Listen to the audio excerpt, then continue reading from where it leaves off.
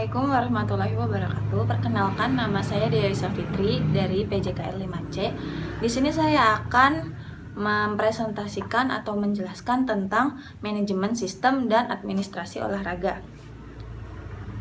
Nah, di sini sekarang kita harus tahu apa sih manajemen itu. Harsey dan Blanchard tahun 1982 dan juga Kenzo dan juga Robbins tahun 1999 mencatat bahwa manajemen bergerak atau bekerja dengan melalui perseorangan juga kelompok untuk menyelesaikan target organisasi. Lalu, apa sih manajer itu? Manajer adalah seorang yang aktif secara khusus merupakan bagian dari proses manajemen. Secara spesifik, seorang manajer adalah seorang yang melakukan perencanaan, mengambil keputusan, mengorganisir staf, memimpin, memotivasi, sekaligus mengontrol sumber daya organisasi. Selanjutnya, kita juga harus tahu prinsip-prinsip manajemen dan struktur organisasi. Beberapa prinsip dalam manajemen, diantaranya pertama, manajemen yang sukses tergantung pada komunikasi. Kedua, manajer harus menjadi pemimpin yang efektif. Ketiga, koordinasi dan kerjasama antara berbagai departemen dalam suatu organisasi diperlukan untuk pengelolaan yang efektif. Lalu struktur yang tepat pada situasi tertentu gimana sih? Yang pertama, menerjemahkan struktur manajemen ke dalam bentuk grafik atau bagan organisasi. Grafik sering digunakan untuk menggambarkan dan menjelaskan struktur organisasi. Yang kedua, garis dan staf organisasi. Seseorang dalam posisi garis memiliki tanggung jawab langsung dan kewenangan untuk tujuan tertentu atau tujuan organisasi. Yang ketiga, struktur dan organisasi formal dan informal. Pertama, permintaan teori organisasi dan struktur harus ada kebutuhan bagi suatu organisasi. Dan kedua, organisasi harus tahu tujuan mereka berusaha untuk dicapai. Terus organisasi formal. Struktur organisasi formal menggambarkan hierarki vertikal, masih digunakan dalam kerangka kerja konseptual yang paling penting pada bidang pendidikan dan olahraga karena memberikan gambaran yang jelas tentang posisi yang ada dan tugas-tugas yang akan dilakukan. Yang kedua, informal.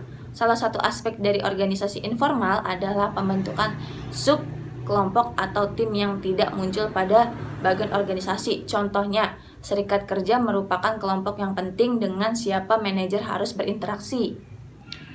Terus ada struktur manajemen untuk program pendidikan jasmani dan olahraga. Struktur manajemen pada dasarnya dibentuk untuk program pendidikan jasmani di SD, SMP, SMA, atau SMK, sekolah tinggi, dan universitas. Organisasi komunitas tersebut dibahas sebagai berikut. Yang pertama, organisasi dan struktur penjaskes di SD, SMP, SMA, dan SMK. Pendidikan tingkat kabupaten adalah unit manajemen dasar untuk tingkat SD, SMP, SMA, atau SMK dan merupakan sebuah kelompok kerja yang dibangun oleh negara. Terus ada pengawas sekolah, memiliki tanggung jawab mengawasi manajemen program sekolah. Terus yang ketiga ada bidang eksekutif kurikulum dan instruksi.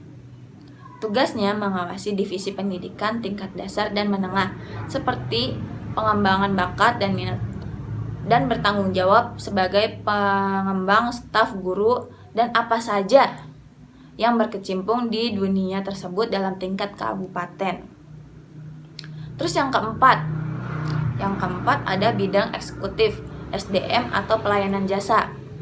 Pusatnya bidang yang ada dalam lingkup kabupaten dan mengatur fungsi-fungsi individu untuk semua jabatan.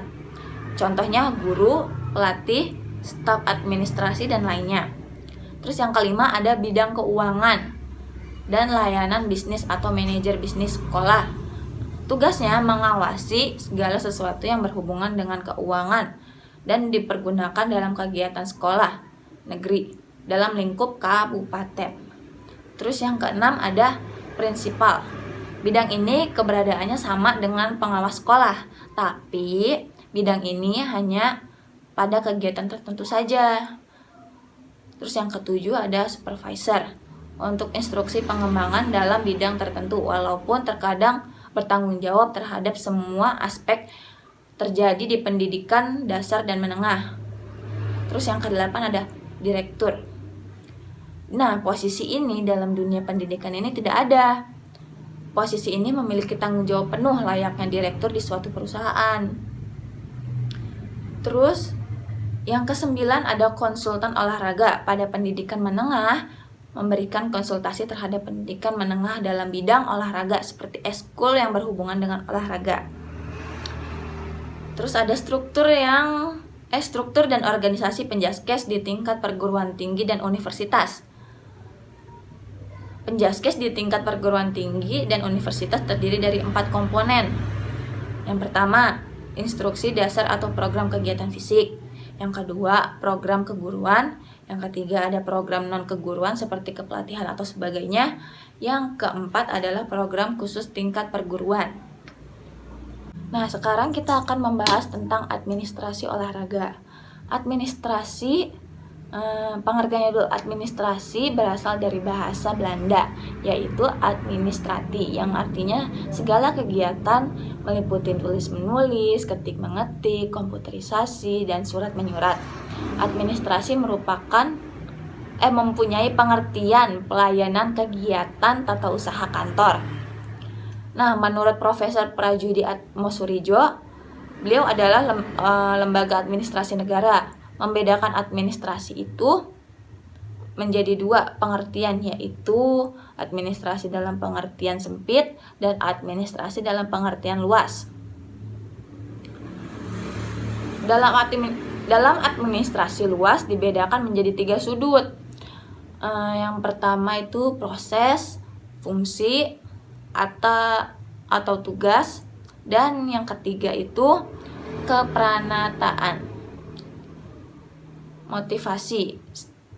Stephen P. Robbins dan Timothy A. Judge mengemukakan bahwa motivasi sebagai proses yang menjelaskan intensitas arah dan ketekunan seorang individu untuk mencapai tujuannya.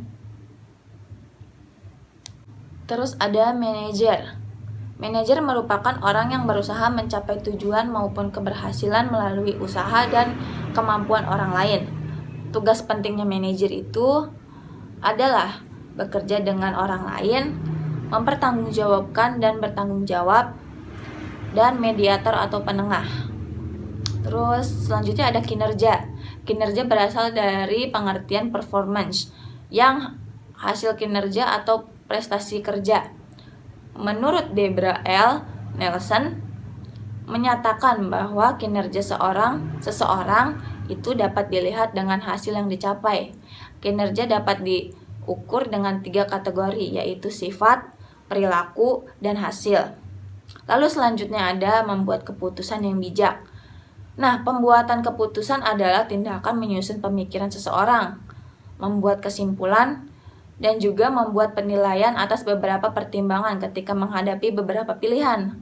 Selanjutnya, ada faktor-faktor yang mempengaruhi penetapan pilihan. Di sini saya akan menyebutkan sebagian saja ya. Pertama ada pemahaman, kedua ada penetapan, ketiga ada semangat, keempat ada norma-norma, kelima ada kebenaran dan fakta. Terus selanjutnya ada administrasi atau manajemen. Di sini ada 4. Yang pertama perencanaan, yang kedua pengorganisasian, yang ketiga pemimpin, yang keempat ada evaluasi. Mungkin hanya itu saja yang bisa saya jelaskan. Kurang lebihnya mohon dimaafkan. Jika ada kata-kata yang salah juga mohon dimaafkan. Kurang lebihnya segitu ya. Assalamualaikum warahmatullahi wabarakatuh.